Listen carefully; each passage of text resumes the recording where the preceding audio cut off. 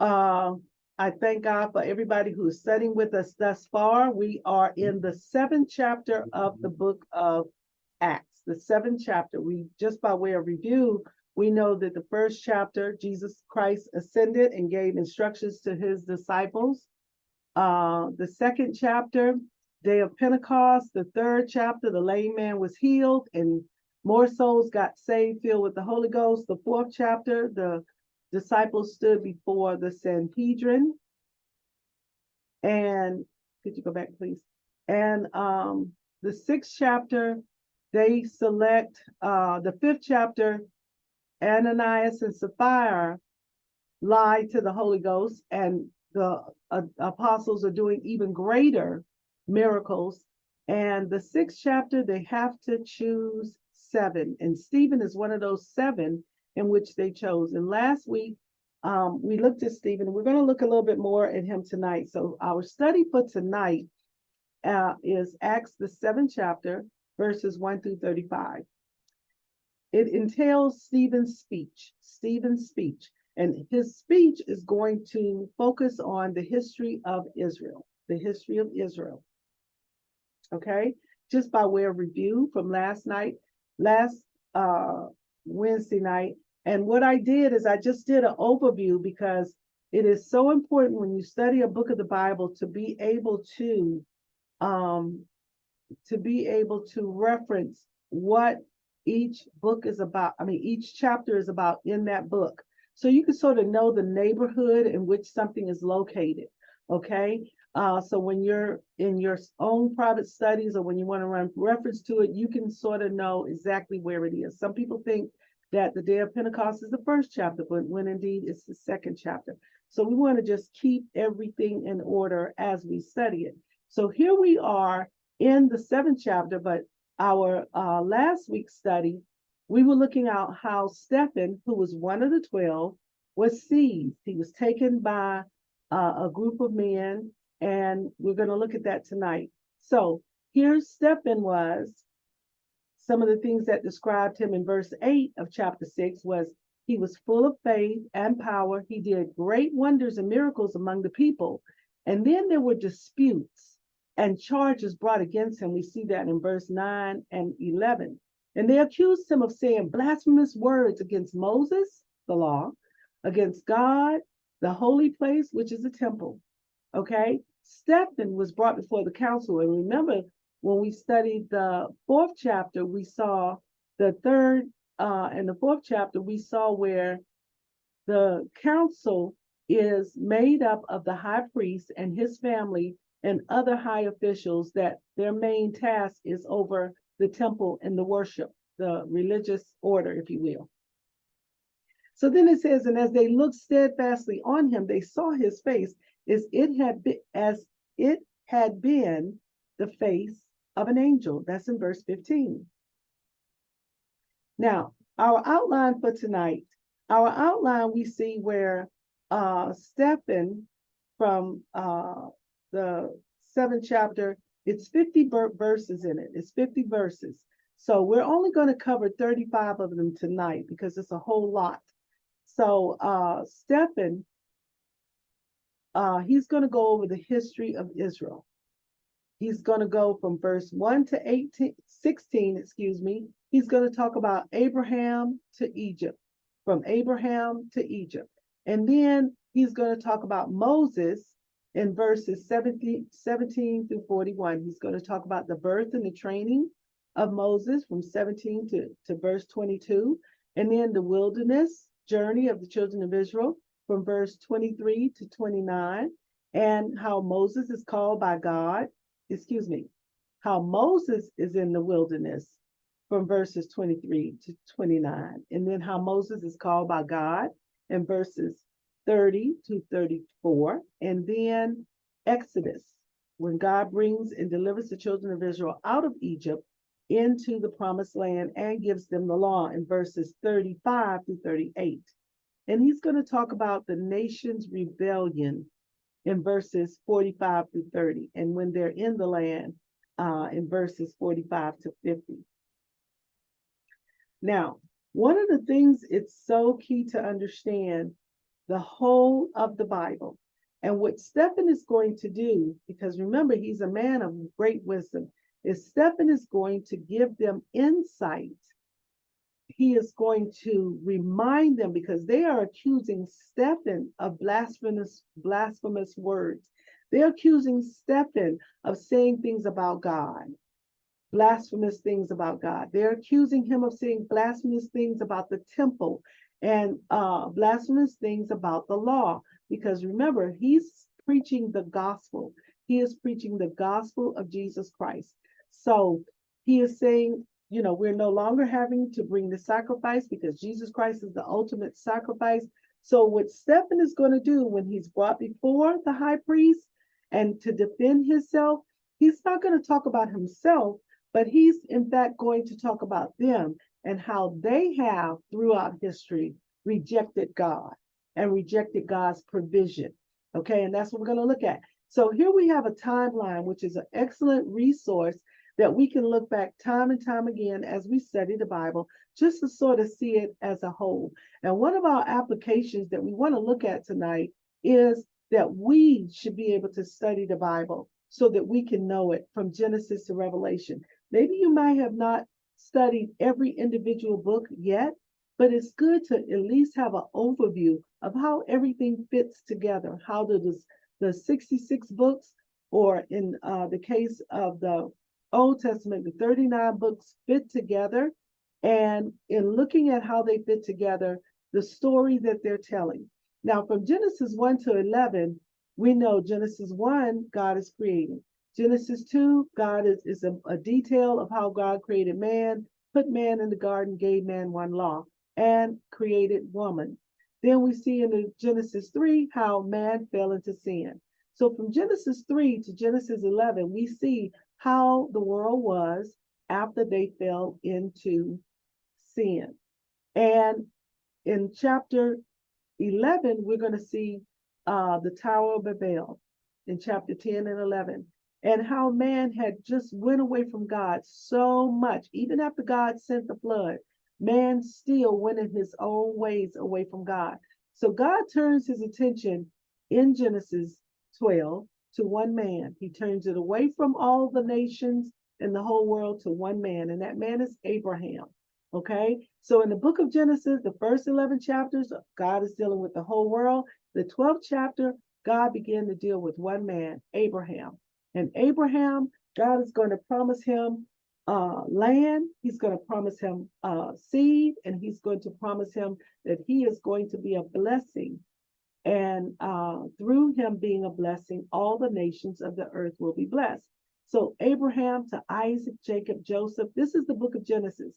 And then Moses, as is in the book of Exodus. And then Moses is going to deliver the children of Israel out of Egypt, and they're going to go into the promised land through Joshua.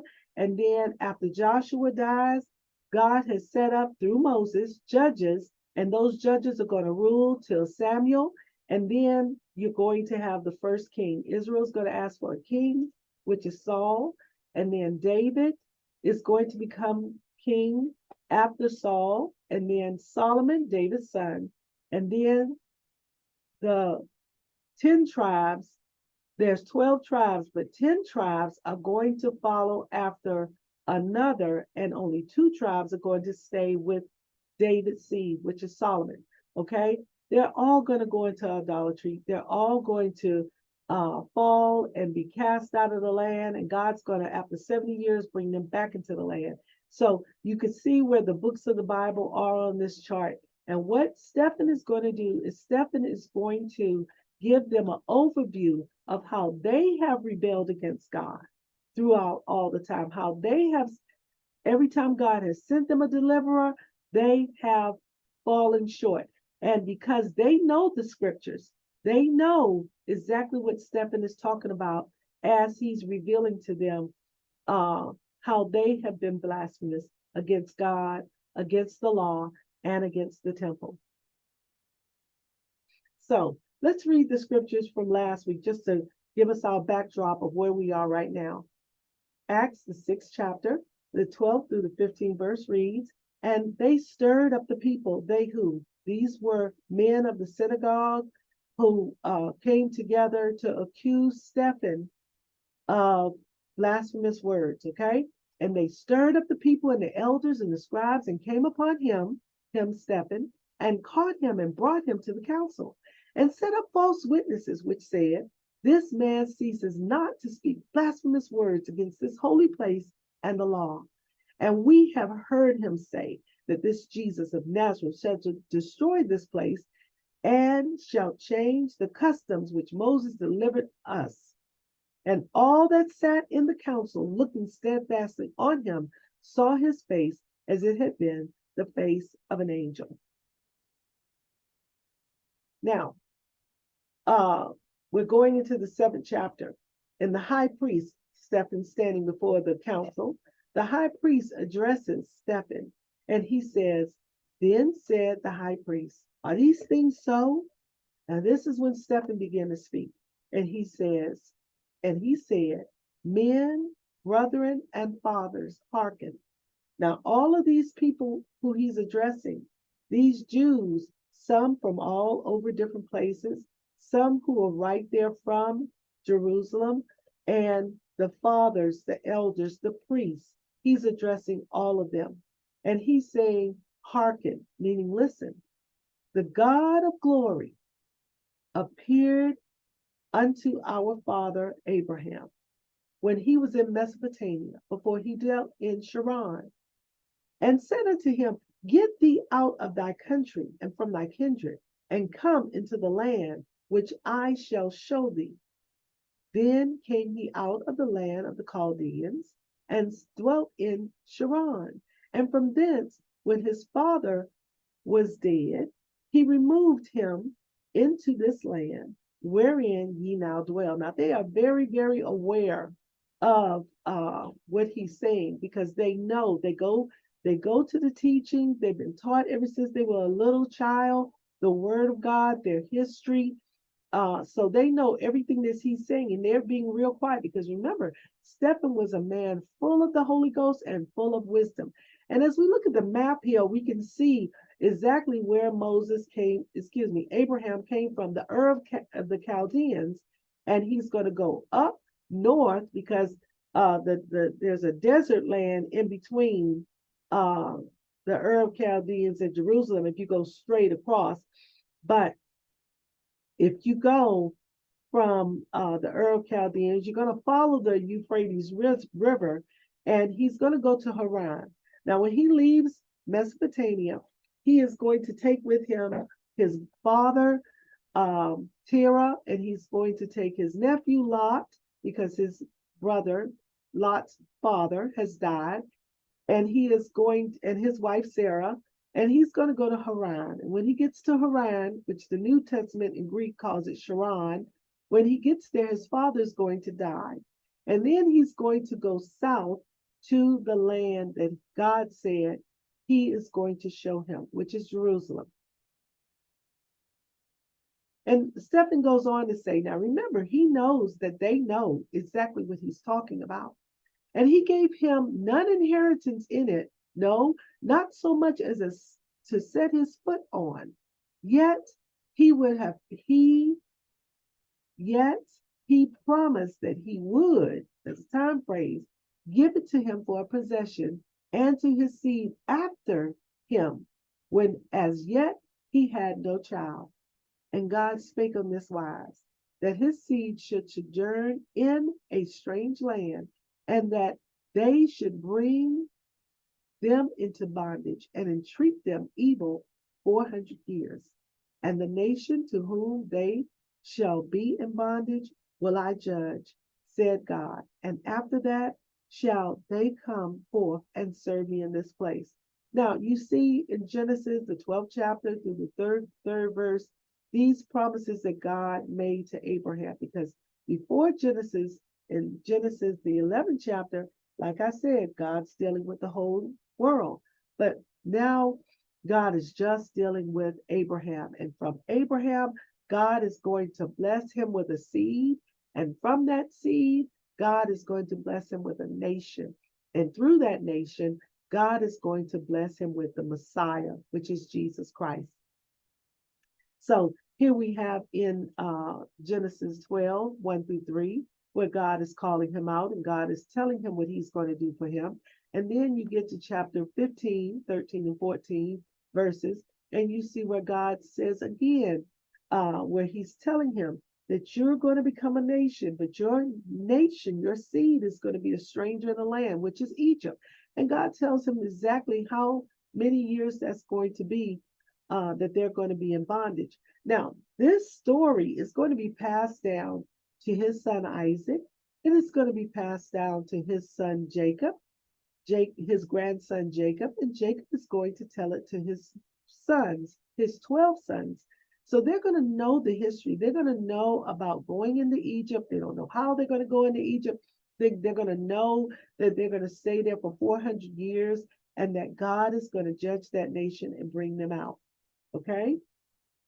So God makes a covenant, which Stephen calls a covenant of circumcision. God makes a covenant with Abraham, and he tells them in the 7th chapter, the 8th verse. And I just want to say that all of these verses I will leave at the end of this presentation so that you can study them and look them up for yourself. For time's sake, we're just going to go through the scriptures at hand and not go through all of those verses, okay? So, but the 7th chapter of Acts is important to remember. If you can know the 7th chapter of Acts, you can know the whole history of the children of Israel. It's almost like knowing the whole history of the Old Testament. So he says, and he, God, gave him the covenant of circumcision.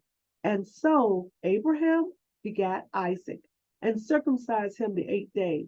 And Isaac begat Jacob, and Jacob begat the 12 patriarchs. Now, it's important to understand that Abraham is going to have 2 sons. He's going to have Ishmael when he's 86 years old, and then he's going to have Isaac when he is 100 years old. But Isaac is the son of promise. Now, Isaac is going to have 2 sons. And those 2 sons are going to be twins, Esau and Jacob. But God is going to choose Jacob. Matter of fact, he chooses Jacob before Esau and Jacob are even born, before the twins even come out. He's going to choose Jacob. And then Jacob is going to have, by 4 different women, 2 wives and 2 concubines, he's going to have 12 sons. And out of those 12 sons, God is going to choose Joseph to be their deliverer. Okay? So, and the patriots, he's talking about the 12 sons, moved with envy, sold Joseph into Egypt. But God was with him. God was with him. And when you study Genesis and you study about Joseph, that's going to be a key repeated phrase. God was with him. You'll notice in the picture at the bottom that Joseph, he has been stripped of his coat of many colors that his father made for him. And they're going to take that coat back. They're going to dip it in blood and take it back to his father. And his father is going to say, a wild beast have taken him. They're going to say,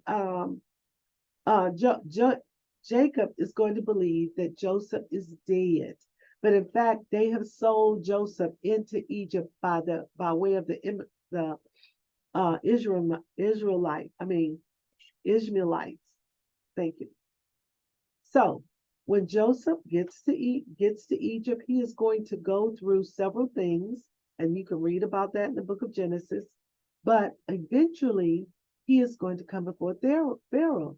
And as Stephen goes on to say in the 7th chapter, the 10th verse, and delivered. Now remember, the 9th verse says, and God was with him and delivered him out of all his afflictions and gave him favor and wisdom in the sight of Pharaoh, king of Egypt, and he made him governor over Egypt and all his house.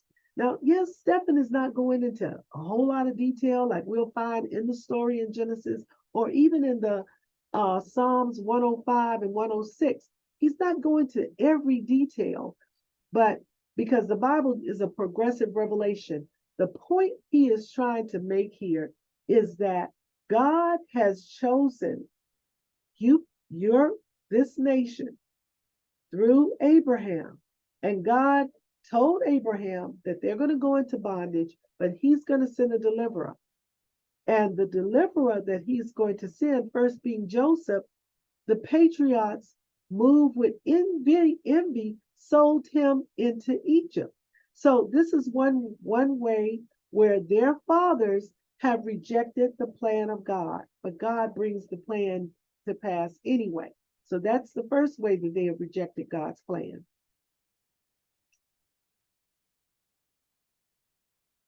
And then it says, now there came a dearth, and a dearth is a famine over all the land of Egypt and Canaan, and great affliction. And our fathers found no sustenance. But when Jacob heard that there was corn in Egypt, he sent our fathers first.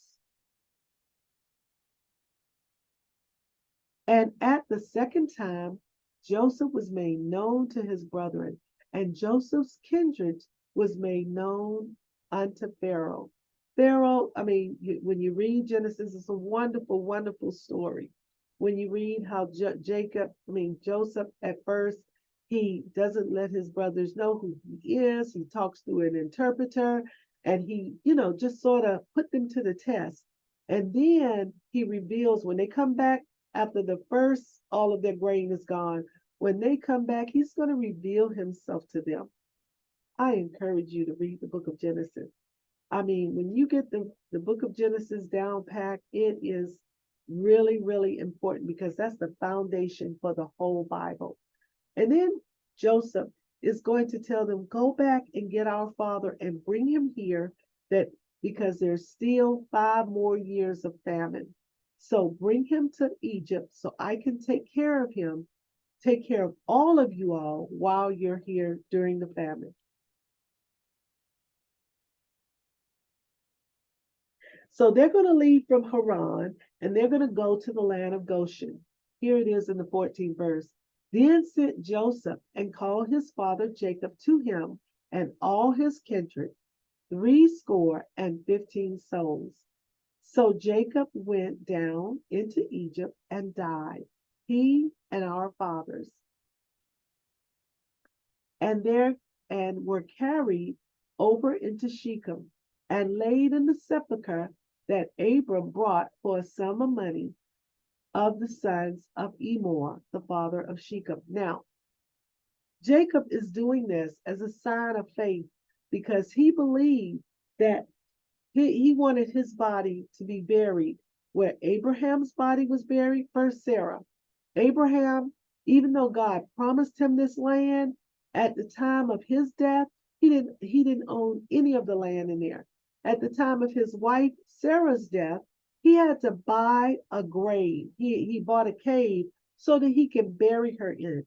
So even though God told him that he and his descendants was going to own all of that land, possess all of that land, at his death, he did not own anything except the burial place for his wife Sarah. So Sarah's buried there, Abraham is buried there, Isaac is buried there, Rebekah is buried there, and Jacob buries Leah, which is his first wife. And he tells his sons before his death, I want you to take my body back and bury it back in the land of Canaan.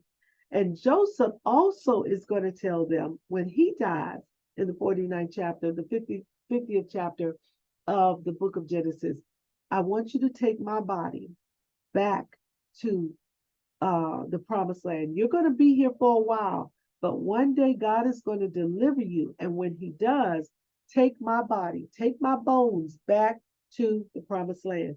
They believed God, that God was going to do what he said he's going to do. And we see the fulfillment of that in the book of Joshua.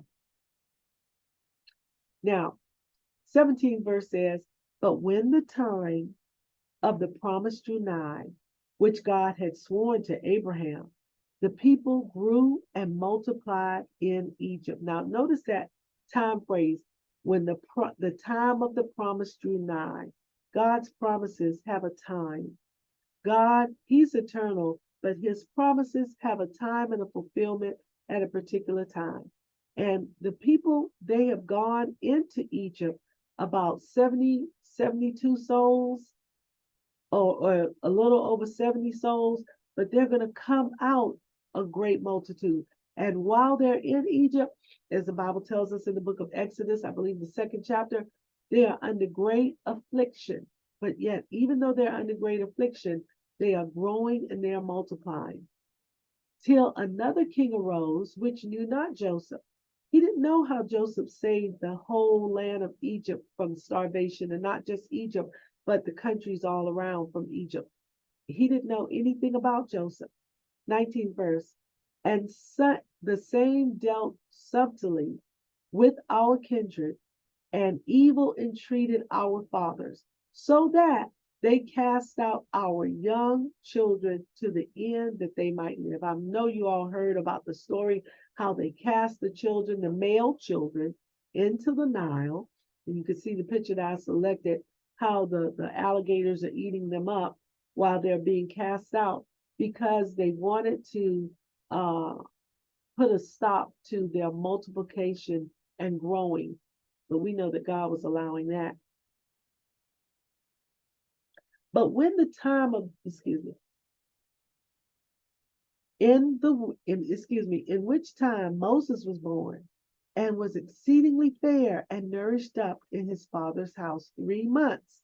And when he was cast out, Pharaoh's daughter took him up and nourished him for her own son. Is that what that says? Okay. So Moses, even though there's a law by Pharaoh to cast the male sons into the river. When Moses is born, history says that he was such a beautiful child that he didn't even cry. But after 3 months, his mother and father could no longer hide him. So by faith, his mother put him into an ark that she had made, and she put him in the Nile River. She obeyed what Pharaoh said, but she put him into a Nile River. And his sister, Miriam, followed the ark that the baby was in, and God allowed the ark, even though there were snakes and alligators in the river, to go right up to where Pharaoh's daughter was bathing. And this was a religious practice that she would do early in the morning. And she finds Moses and she brings him up as her own son. Now, it tells us in this 22nd chapter, and Moses was learned in all wisdom of the Egyptians and was mighty in words and deeds. He is raised up as the son of Pharaoh. He is next in line to be a Pharaoh.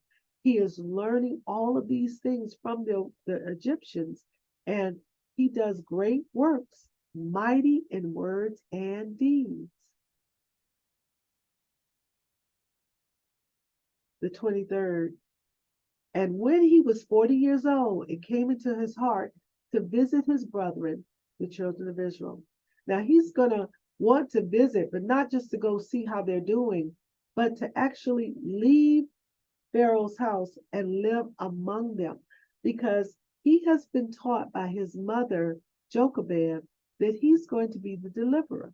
They just told him that by faith, because she nursed him and she was able to keep him long enough to teach him the word of God and to teach him these things. So he believes that he is going to be the deliverer. And we can tell that by, as we said in the scriptures. In the 24th verse, it says, and seeing one of them suffer wrong, he defended him and avenged him that was oppressed and smote the Egyptian. And he supposed his brother would have understood how that God by his hand would deliver him, but they understood not. Now, see, Moses is looking at I was raised in Pharaoh's house, but I'm one of you. And I have power in Pharaoh's house, but I'm one of you. And he was trying to explain to them how God was going to use his hand to deliver them, but they didn't understand it. 26 verse says, and the next day he showed himself unto them as they strove and would have set them at one again, saying, sirs, ye are brethren, why do you wrong one another? He was trying to calm them down and say, your brother, why are you fighting among each other? But he that did his neighbor wrong thrust him away, saying, who made thee a ruler and a judge over us? Will thou kill me as thou didst the Egyptian yesterday? Here, this fellow Hebrew is rejecting Moses as saying, who made you a ruler and a judge over us? God is raising him up, and it's clear to all that he is going to rule and judge. But what are they doing? They're rejecting Moses at this point in being the judge and ruler. And then it says in the 29th verse, then fled Moses at this saying when he heard him say this, and was a stranger in the land of Midian, where he begat two sons. And when he was 40, and when 40 years were expired, there appeared to him in the wilderness of Mount Sinai an angel of the Lord in the flame of fire in the bush. Now, when you read the story in the book of Exodus, Moses is 40 years old when he leaves Pharaoh's house and go to Midian.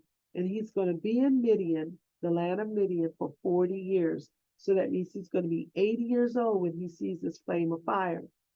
Okay? And it says, when Moses saw it, he wondered at the sight as he drew near to behold it.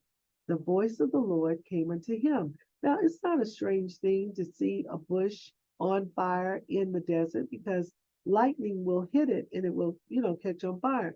But this was a sight because even though it was on fire, it wasn't burning up and turning into ashes. And this is why he turned to see this strange sight. And then God spoke to him, saying, I am the Father. Excuse me, I'm the God of thy fathers, the God of Abraham, the God of Isaac, and the God of Isaac, and the God of Jacob. Then Moses trembled and durst not behold. Then said the Lord to him, put off thy shoes from thy feet, for the place where thou standest is holy ground. I have seen the affliction of my people, which is in Egypt, and I've heard their groanings, and am come down to deliver them. And now come, I will send thee to Egypt. This Moses, whom they refused, saying, who made thee a judge? The same did God send to be a ruler and deliverer by the hand of the angel which appeared unto him in the bush. Once again, we see Stephen trying to make a point. This isn't why he's not bringing out every single detail, but he's bringing out enough detail because his point is you have rejected God when God sent Joseph. God warned and God had given dreams to Joseph. Joseph told his brethren and they got jealous. They were envious of him. So they sold him into Egypt. In God selling him into Egypt, Joseph told his brethren, you meant it for evil, but God meant it for good. Now, when they're in Egypt and there rises another Pharaoh, God raises up Moses. And Moses, God is raising up to be a deliverer. Now, they reject Moses, and 40 years later, it says here in the 35th verse, this Moses whom they refuse, your fathers refuse, who made thee, saying, who made thee a ruler and a judge? The same did God send to be a ruler and a deliverer by the hand of the angel which appeared to him in the bush. This concludes our Bible study for this evening, and we're going to continue next Wednesday looking at the life of Moses and how the children of Israel, they rejected Joseph, and they're going to reject Moses, and then they're going to reject the law. And we're going to see that. And also, they're going to go against the temple and worshiping in the temple the way God wanted them to. These are things they accuse Stephen of, but these are things that Stephen is going to show them that they as a people um, have always rebelled against God. Now God has sent the Messiah, the deliverer, Jesus Christ, and they are once again being rebellious. And we're going to see that in our next week's study. I am so glad that you all were able to study with me tonight. God bless you all.